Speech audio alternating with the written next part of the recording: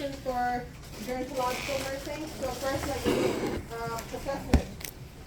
Okay, for any issue we are working with, like neurological, musculoskeletal, cardiac, we are always assessing. And again, focus assessment. In your physical assessment class, you guys will learn about the comprehensive assessment and the focused assessment. Okay.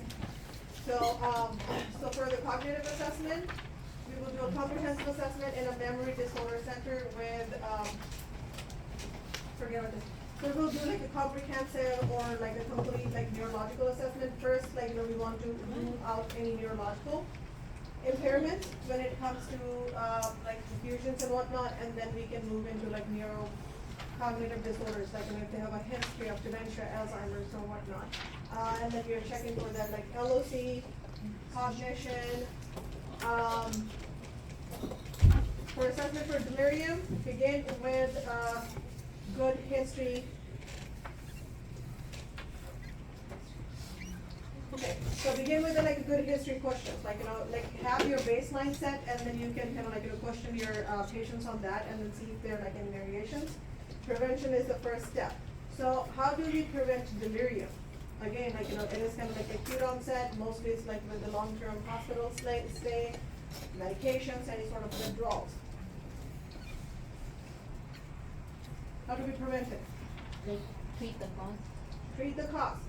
Okay, treat the cause. Again, for prevention, any disease process we talk about, we're looking at the root cause. What can bring this problem? What can exaggerate this problem, or what can cause this problem? So we try to fix or manage that cause. Okay, so that's why we do that baseline assessment. We look at our patient and look at all those risk factors that can bring that acute confusion on for your patient. Kind of get familiar with this confusion assessment method. We use it for our delirium patients and dementia patients. Okay, just get familiar with these two confusion scales as well. Okay, this is your MMSE, mini mental state examination, and then your confusion assessment method. So for the CAM, we have 1, 2, 3, 4 domains that we are looking at. Okay. Let's say if your patient is wandering, we will implement CAM, this confusion assessment method, just to find out how severe their confusion is. Like dementia, delirium, any type of confusion it applies. Promoting healthy aging. So again, we know with aging, pretty much everything is decline. There are normal healthy, normal aging changes, declines that are expected. Okay, but then there are changes that could happen from, let's say, trauma, any disease process, or anything that could have been prevented, and then we kind of failed to fill in those gaps. So again, we want to promote healthy aging. Okay, again, in the first slide, if your patient is demented, has dementia, delirium, or any type of confusion, we don't drop the hat on them. We still do our assessment and cares and make them center of our universe. Okay. Non-pharmacological, patient-centered approach to delirium. Again, every patient is different. If you have 2 patients with dementia and delirium, whatever is working for room A is not going to work for room B. Okay, so don't try to copy paste your interventions. Okay, again, each patient is unique, so we individualize our cares.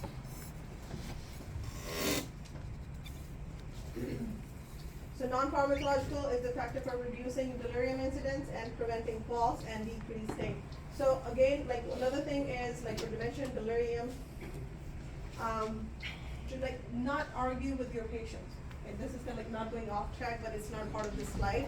It is if your patient is confused and then they are adamant about this is what it is, and then we are trying to argue with them, we are trying to prove them wrong, it is only going to escalate from there. Okay? Next thing you know, you might have a colostomy bag flying at you. So we do not argue with our patients, we do not try to prove them wrong. We can agree with them to the point, but then try to kind of divert their attention or reorient them. Okay? So again, going back to the therapeutic communication, sometimes it is kind of tell me more. Okay? I'm just curious, you know? I'm just curious, like, how are you feeling, or what made you think this or say that? So just kind of like, you know, talk to them as much as possible. Try not to rush through your cares. Again, fluid intake,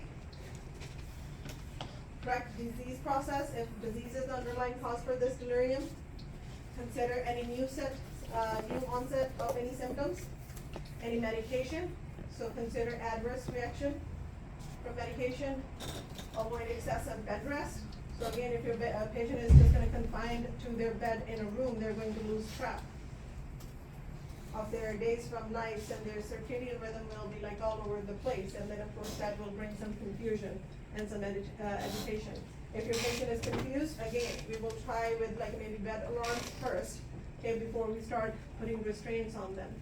Okay, bed alarms, chair alarms. Also like pain. Sometimes your patient is in pain. Okay, and they're not able to verbalize it. Let's say if they're confused, they might not be able to verbalize. They are in pain, they are hurting. So what happens? They will be getting overly agitated, overly confused, and next thing you know, like, you know, maybe yelling, screaming, and then we are going to put a label on them. This is a heart patient, so watch out. Okay? Normalize their environment. Again, like, try not to make any drastic changes, like, in their environment. Okay? So like, the reason I asked earlier, my bedside nurses in this class. So when we are in a clinical setting, how many of you guys do your roundings, like, you know, those purposeful roundings, like every hour, every 2 hour rounds on your patient? Okay, we are assessing for what? Mental status. 5 P's or 4 P's. Okay, are you familiar with those 4 P's when we're making those rounds? So like pain. Pain, P, potty, position, and 5 is the possession. Okay, so again, that confusion could be from, or agitation could be from, maybe they are incontinent, or maybe they have to go use the bathroom. Okay, they're not able to verbalize. Okay, maybe they're in pain. Okay, what was another one? Position. Maybe if they cannot turn and reposition by themselves, and they're just sitting in one position or laying in one position, maybe, again, they're like sore or agitated. Okay, and possession is like their personal belonging. Okay, again, like whenever we leave the room, we want to make sure they have their call light within reach. That is their belonging. It should be within their possession. Or like, let's say they're like water pitcher, tissues, like whatever you think your patient is going to need. So try not to push their table all the way, because what will happen? Now this patient is going to try to get out of the bed to go grab his possessions. So those, when we do those purposeful rounds, it's like in acute care, critical care, we do like every hour. Even like our patients are like intubated and sedated, but we still go check on them. But like every 2 hours in most facilities. But we are assessing for those 5 P's. And why? Because we are anticipating our patients to be, maybe there's some onset of delirium, or maybe they have dementia going on. So we are trying to prevent those injuries. Okay, we are trying to prevent the acceleration or like exacerbation of these symptoms or this confusion. So for the medication, Haldol, that's the holy grail. Mm-hmm. How many of you guys have given IM Haldol? Pin down a patient and then, there you go, high five. This is like in extreme situations, like where your patient is violent, and then you have tried everything under the blue sky to slow them down, or to kind of like, you know, knock some sense into them, but, you know, now they're a danger to themselves or the staff or the other residents. So in some hospitals, we have what, like, I think code gray, I think is standard everywhere. So the hospital I come from, we have code gray. Anytime we have a violent patient, we call code gray. Huh? Is it B-52? I'm sorry? The B-52, like. B-52? for agitated? Yeah, but then again, yeah, we can do that, yes.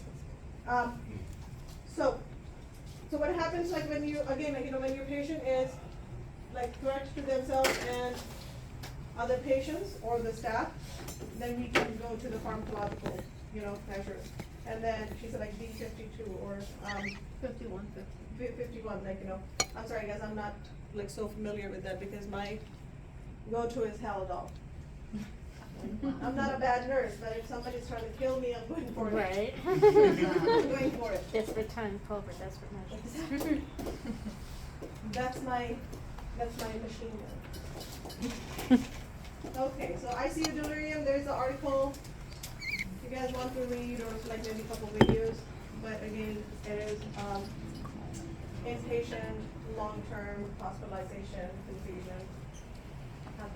Communicating with person experiencing who has delirium. So there is a box in your textbook. So this is from our previous textbook. So the new one. Let's find the chapter. What is chapter 26, 25, 23. So look for the communicating with a person experiencing delirium box or like a section. Okay. We need to know the person's past patterns. Again, their baseline, we need to know what their baseline was, okay? Look for nonverbal signs. So when we're talking about those like 5 P's, when we're rounding, okay, nonverbal signs. If your patient is indicating they have to go use the bathroom, I'm in pain, okay? And we fail to address that, it will take them like less than a minute to kind of escalate and then, get agitated. Especially if they're like nonverbal and then they cannot communicate. Okay, they're speaking slowly. Speak slowly. Again, like as I mentioned, we need to slow ourselves down. Like we need to slow our pace. Be calm and patient. We cannot rush through their cares. We cannot pile up 2, 3, 4 scales on them and then expect it to get it done without changing the face. Face the person and keep eye contact. Again, this goes for your patient with hearing impairment as well. With these elderly patients, we want to face them all the time. They should be able to look at our face, make eye contact, and they should be able to read our lips. Okay, but again, with COVID, it's not an easy process. Them reading our lips, but at least they can make eye contact. Tell them that you're present.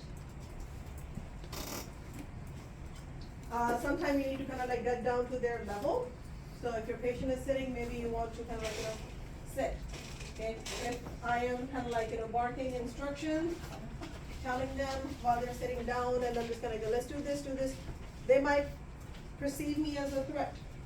Okay. They might perceive me as a threat, and if I'm threatened, what's happening? My fight or flight is getting stimulated, and next thing you know, I might throw my water pitcher at you. So get down to their level, slow down, smile, okay? Explain, give rationales. Like if you're performing a skill, doing cares, keep talking to them, keep telling them, hey, I'm about to do this and why I am doing this, okay? Use simple and familiar words. Again, this goes for any patient. Stay away from those medical jargons. Allow adequate time for response, as we learned in our previous chapter. With as they age, their patients their response time is delayed, their processing time is delayed. So give them some time to respond. Okay. Repeat if needed. If you need to repeat instructions or your question, repeat. But again, give them some time. Tell the person that what you want him or her to do rather than what you do not want them to do. Okay? Just like in our exams. As I'm lecturing, I'm telling you guys where to pay attention. But I don't ever say that do not pay attention to that. Okay? So just tell them what you expect from them. That will keep things very simple. Hey, my nurse wants me to do this. So I'm going to stick to that. If you will tell them, do this, but don't do that. Again, giving them too many choices. They're going to get confused and agitated and anxious. One-step directions. Any one of you guys worked in elementary or preschool kids? Toddlers? I have kids. Kids and kids. Okay. So again, think about that, like, maybe one-step directions, like very, very simple, okay, very, very simple. So it is easy for them to follow. They use appropriate gestures. If you want them to go left, but you're pointing right, that's confusing. Reassure safety. Again, if your patient is a high fall risk or they're scared, make sure we have a gait belt on, make sure, we have everything in place to prevent the fall or like any safety concerns. Consistent caregivers. Okay, so consistency is the key, especially like when you're working with these dementia patients. They get used to those familiar faces and familiar voices, okay? If there's a new caregiver, new nurse in their environment, they might escalate again because I don't recognize you. You might you might be hurting me, or they will perceive a new person as a threat. So we try to keep our staff as consistent as possible. Assume that communication and behavior are meaningful and an attempt to tell us something. So please put a big star on this statement. Remember this for every patient who is confused with dementia or delirium. So let's say if the family is complaining, like your patient has dementia and they are living home with a family member or a caregiver, and then your home health nurse is going there to check on your patient, and the family is just kind of like rattling about how this person is making their life hell. They don't listen, they kick, they scream, they yell, whatnot. So as a nurse, what are you going to tell them? Okay? That maybe your loved one or your mom or pop is trying to tell you something, Maybe they're trying to express a need. Okay? So look for those cues. Okay? So sometimes these behaviors are their way of communication. So again, going back to our teeny tiny humans. Attention is attention, negative or positive. Okay? If your kid, like that toddler or preschooler, wants an attention and you don't pay that attention, you don't pick up on those cues, what happens? Now they're behaving, now they're acting out, so you can pay attention. So same goes with your patients with dementia and delirium. So you want to educate the family, please look for those cues, like these behaviors. Your patient, this person is trying to talk to you, they're expressing some needs and need attention, maybe pain, potty, position, anything they're trying to communicate with you. Do not assume that the person is unable to understand or is demented. So this goes for delirium. So if your patient has acute delirium, do not assume they have dementia because it gets confused. Usually dementia, delirium goes undiagnosed because we always tie it with dementia, okay?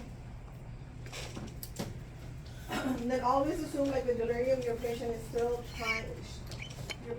still comprehend and understand whatever is happening around them, okay? Even with comatose patients, this is what we teach in nursing. Even you are doing cares on your sedated, intubated patient on life support, maybe they're in coma for years. Anytime you're working with these patients, let's say you're doing a bed bath, you keep talking to them hey, Mr. Smith, I'm going to wash your face, I'm going to wash your neck, or whatever you're doing, you keep talking to them. Because at some level, we're assuming they can understand you, and then they're listening to you. And then again, it's just a basic human integrity.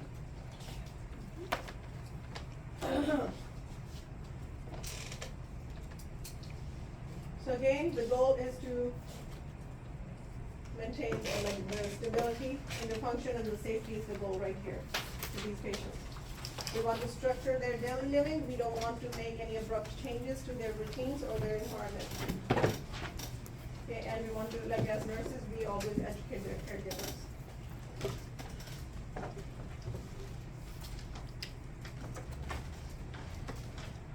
Again, ongoing assessment, we have our baseline assessment, and then we always have our, we're frequently doing our ongoing assessment just to pinpoint any changes. Because if you have the baseline data and then we do our assessments frequently, then we have enough data to make any decisions if there are changes in their condition. If you lack that assessment, as a nurse, you are not doing your job. You cannot make those decisions. If you will, 99% of the time they will be wrong. So assessment is the key.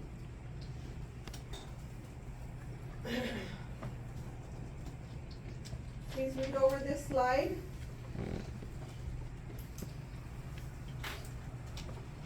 We know what person-centered care is. Communication, simplification strategies, like, just kind of like simplify your routines there, and your, activities as much as possible. Okay, facilitation strategies, these are useful in encouraging expression of thoughts and feelings. So let's say if your patient is agitated, okay, again, like, I'm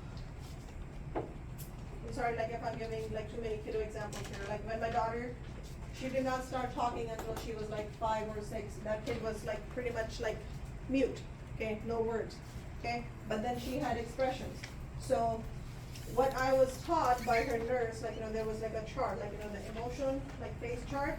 So you kind of like, give it to her, like in this case your patient, and then just kind of like have them tell you like what they're feeling, kind of like facilitate like feeling angry or frustrated, sad, upset, because when we see somebody like frowning, we always assume what, anger, but it could be something else. So just kind of like, if it's kind of like they need verbal cues, give them those verbal cues to kind of like, express themselves. Comprehension strategies. So this is useful in assessing and understanding of the communication, okay? Supportive strategies to encourage continued communication and personhood. Validation therapy is to involve following the person's lead and responding to feelings expressed rather than interrupting to supply factual data. So again, we do not argue with our patients, we try not to prove them wrong. Sometimes yes, you need to follow their lead and kind of go with the flow and help them express what they're feeling and what they're going through.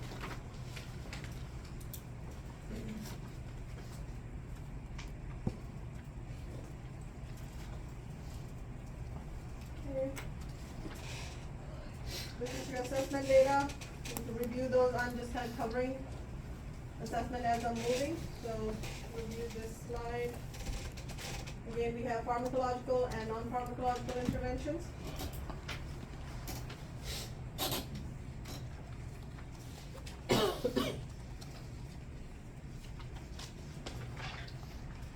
So again, like bathing, it could be perceived as a personal attack by the person with dementia, okay? And they may try to strike back. So again, like, we need to slow down and then kind of stick to the routine.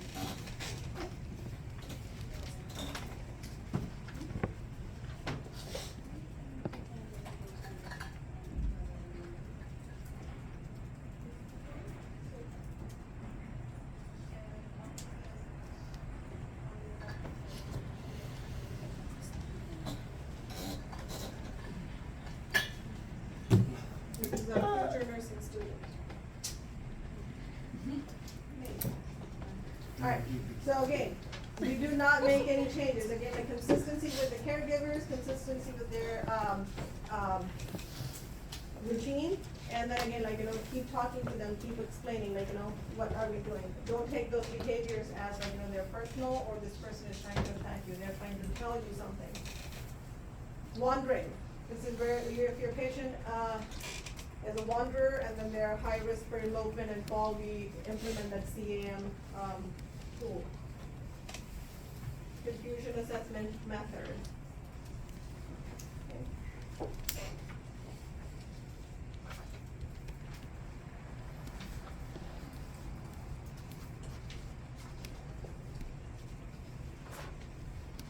Nutrition. So our elderly patients with delirium or dementia, like especially dementia, they are at risk for what? Like malnutrition, okay, and dehydration, okay, and they're also at risk for infection, pressure ulcers, and frequent hospitalization. Okay. So we do mini nutritional analysis. It's an easy tool to identify these risks like with nutrition for the malnutrition. And we will kind of like, in long-term care, like, how many times we do, it's kind of like a nutritional assessment, like, those risk assessment for nutrition, like, some of those long-term care patients, like, when their PO intake is poor and then they don't eat, especially like with dementia, like, they're unable to tell you if they are hungry or if they have any sort of appetite, or sometimes they're like overeating because they forgot if they had a meal. So I have a patient, one resident, sometimes she takes like 2 to 3 servings of breakfast. She starts eating breakfast 5 o'clock in the morning, and maybe sometime until like 9, she's asking like, nobody gave me breakfast, I'm hungry. Okay. So what happens, like, with this patient, she's on the calorie watch. Okay, we are watching, we want to make sure, like, her blood sugars are within normal range, her lipids are within normal range. She's like not gaining excess weight that she's not supposed to. And then again, like, how to incorporate like healthy foods when she's asking for like breakfast 3rd or 4th time in the morning. Okay. Again, tube feeding. So what are the complications with the tube feeding? We will talk about the tube feeding next week, so just don't focus too much here. Okay. But then that's like one of the maternal feeding is like one of the modalities that we use to feed our patients. Nursing role in care of person with dementia. Magician role. Detective. Well, detective, this is like nursing across the board. You're a detective. Carpenter. Jester role. Again, I'm not going to test you on these roles, just to let you know how you're going to help your patient and facilitate their cares. Okay. So for dementia and delirium, the key points are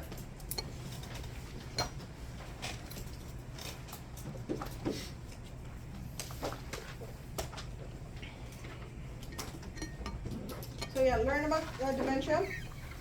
If your patient has a history of dementia, but right now they're alert and oriented, and they're going for, let's say,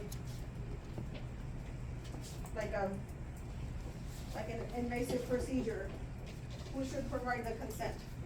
Family or the patient? Patient. Who should provide the history? Patient. Okay. Any tips or interventions that we can put in place to reduce anxiety in our dementia patients? Okay. Just like neuropathy, like kind of going back to our neurological chapter. Just the basics of neuropathy, what neuropathy is and how do you assess it, and what are the symptoms.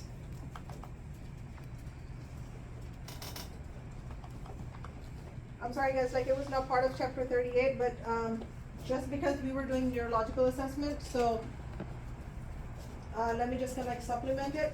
What are the signs and symptoms of stroke? It was like slurring speech. So if you have a patient who's like, you assess them for these initial signs and symptoms of stroke as a nurse, like outpatient, let's say like, you're grocery shopping, you're a nurse, and then you see these signs, initial signs of stroke, what would you do? Huh? Well, like, you can see that, like, okay, this person is having a stroke. Okay, so what would you do? Like, you will call for what? You call like help and get them to the hospital as soon as possible. Okay? For these stroke patients, the time is money. Okay? Time is tissue. We want to save that, even like for cardiac and our stroke patients. Time is tissue. So for our delirium, signs and symptoms of delirium, safety, interventions. What are the expected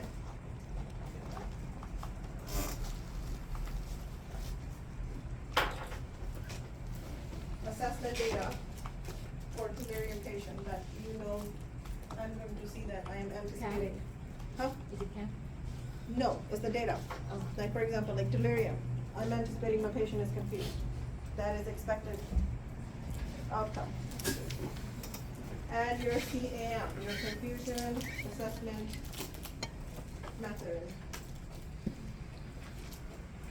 Okay, for the next chapters, musculoskeletal, we don't have much time, so I will do the PowerPoint on the assessment part and the diagnostic part. And for the disease process, we will do the same thing that we have done last time. I will break you guys down into groups. This time, please read those notes. I will tell you exactly what to write those notes on.